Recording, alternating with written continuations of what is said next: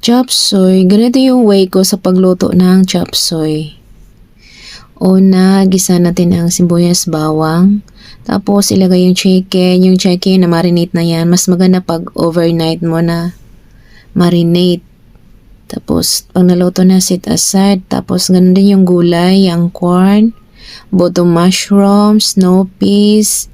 Bawat gisa lagyan ng asin para may lasa na yung gulay. Tapos set aside. Ayan na, igisa na yung mga gulay lahat. Pag naluto na lahat na yung lahat ng gulay yan, ilagay na lahat ng gulay. Tapos ito dito na natin maglagay ng final na timpla.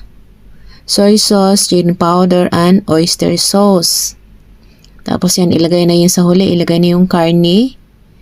Tapos, yun na.